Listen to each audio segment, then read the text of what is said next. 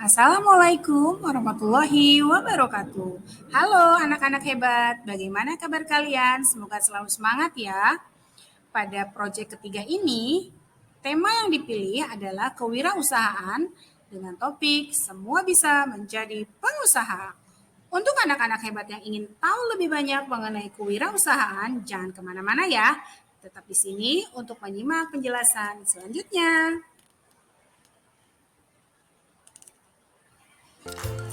Tahukah kalian apa itu kewirausahaan? Apakah kalian pernah mendengar kata kewirausahaan? Mau tahu lebih banyak? Ayo simak penjelasan berikut ini. Kata kewirausahaan terdiri dari kata wira dan usaha, diberi awalan ke dan diberi akhiran an. Menurut Kamus Besar Bahasa Indonesia, wira artinya pejuang, berani, atau berbudi luhur. Sementara usaha memiliki arti bekerja atau berbuat sesuatu. Menurut Kamus Besar Bahasa Indonesia, wirausaha adalah proses dalam melakukan kegiatan usaha dimulai dari mengidentifikasi, melakukan produksi, hingga menjualnya. Definisi kewirausahaan menurut para ahli. Pertama, menurut Robing dan Coulter, kewirausahaan adalah proses seseorang individu maupun kelompok individu yang menggunakan cara terorganisir dan peluang yang menciptakan nilai untuk tumbuh, memenuhi kebutuhan dan keinginan dengan inovasi dan keunikan, dan tidak peduli dengan sumber daya yang digunakan. Kedua, menurut Dan Steenhoff dan John F. Burgess, kewirausahaan adalah orang yang mengorganisir, mengelola, dan berani menanggung resiko untuk menciptakan usaha baru dan peluang berusaha. Pengertian wirausaha secara umum adalah wirausaha berarti manusia unggul dalam berusaha atas kekuatan sendiri dan tidak selalu bergantung kepada orang lain. Berikut adalah tahapan-tahapan kewirausahaan. Pertama adalah tahap memulai usaha. 2. Tahap melaksanakan usaha. 3. Tahap mempertahankan usaha. 4. Tahap mengembangkan usaha. Proses kewirausahaan.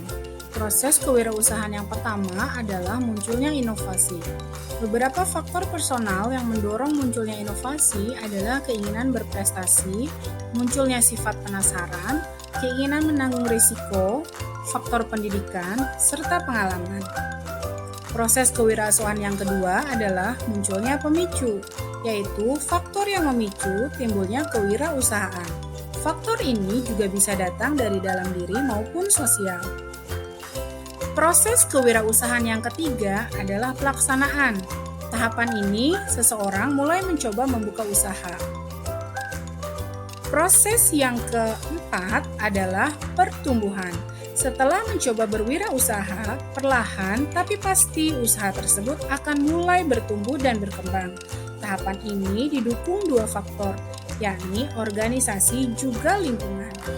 Wirausaha memiliki beberapa peran dalam perekonomian nasional. Di antaranya, pertama, dapat membuka lapangan pekerjaan.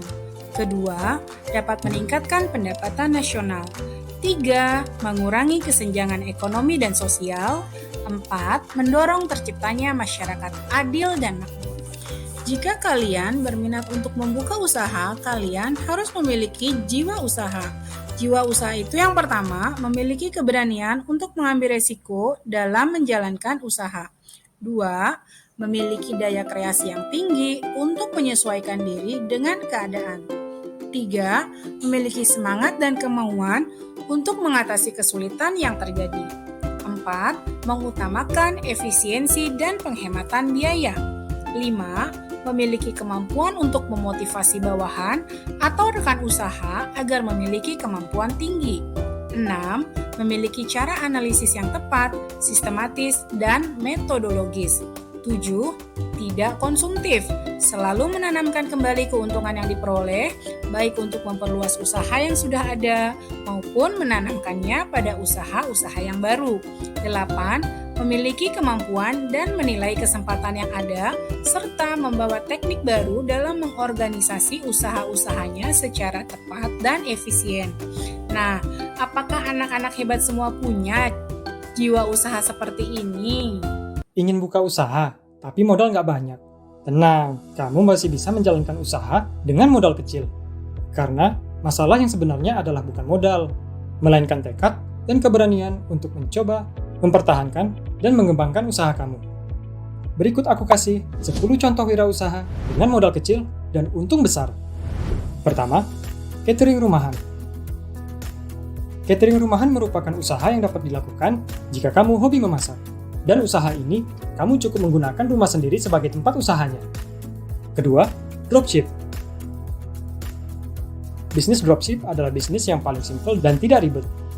Kamu hanya tinggal memasarkan barang saja. Dan kamu bisa untung Rp5.000 dari setiap barang yang dijual. Ketiga, desain grafis.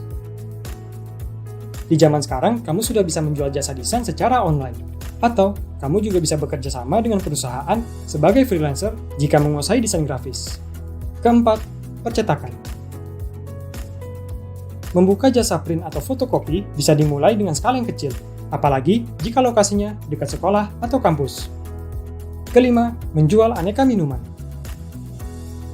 Usaha menjual minuman seperti jus buah, kopi, atau jenis yang lainnya bisa dilirik oleh pembeli jika kamu menjual minuman yang sesuai dengan kreasimu. Keenam, menjual makanan ringan. Membuka usaha dengan jual makanan ringan seperti kue kering, keripik, atau hasil buatan sendiri, termasuk usaha yang bisa menghasilkan. Kamu bisa menjualnya dengan cara menitipkan di warung sekitar rumah atau di kantin sekolah, kantor, dan kampus. Ketujuh, membuka toko handphone atau pulsa. Saat ini semua orang memerlukan yang namanya handphone atau smartphone untuk berkomunikasi.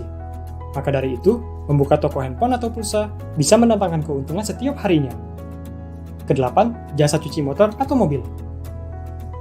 Jasa cuci kendaraan ini merupakan usaha yang dapat dilakukan mulai dari halaman rumah loh. Cukup siapkan saja bahan-bahan untuk mencuci. Dan usaha ini hanya cukup memerlukan modal sekitar 2 juta saja. Kesembilan, buka bimbel. Bimbel tidak hanya berbentuk MIPA atau bahasa Inggris saja.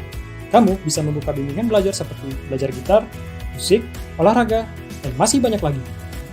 Ke-10, menjadi influencer. Influencer merupakan salah satu usaha yang dapat dicoba di zaman sekarang. Cukup memberikan sesuatu yang bermanfaat bagi followers di sosial media. Membuat konten yang menarik, maka akan semakin banyak orang yang akan memfollow kamu. Itulah 10 wirausaha yang dengan hanya modal kecil, namun dapat mendatangkan keuntungan yang besar. Pilihlah usaha yang cocok untuk kamu dan sesuai keahlian. Nah, untuk memperlancar usaha kamu, pastikan kamu memiliki perencanaan dan pembukuan keuangan yang rapi dan baik sejak awal merintis usaha. Accurate Online hadir dengan fitur terlengkap dan mudah digunakan untuk pembukuan bisnis kamu. Coba Accurate Online secara gratis selama 30 hari. Jika kamu suka dengan video ini, jangan lupa untuk like, komen, dan share video ini ya. Subscribe juga channel ini agar kamu tidak ketinggalan update tentang berbisnis.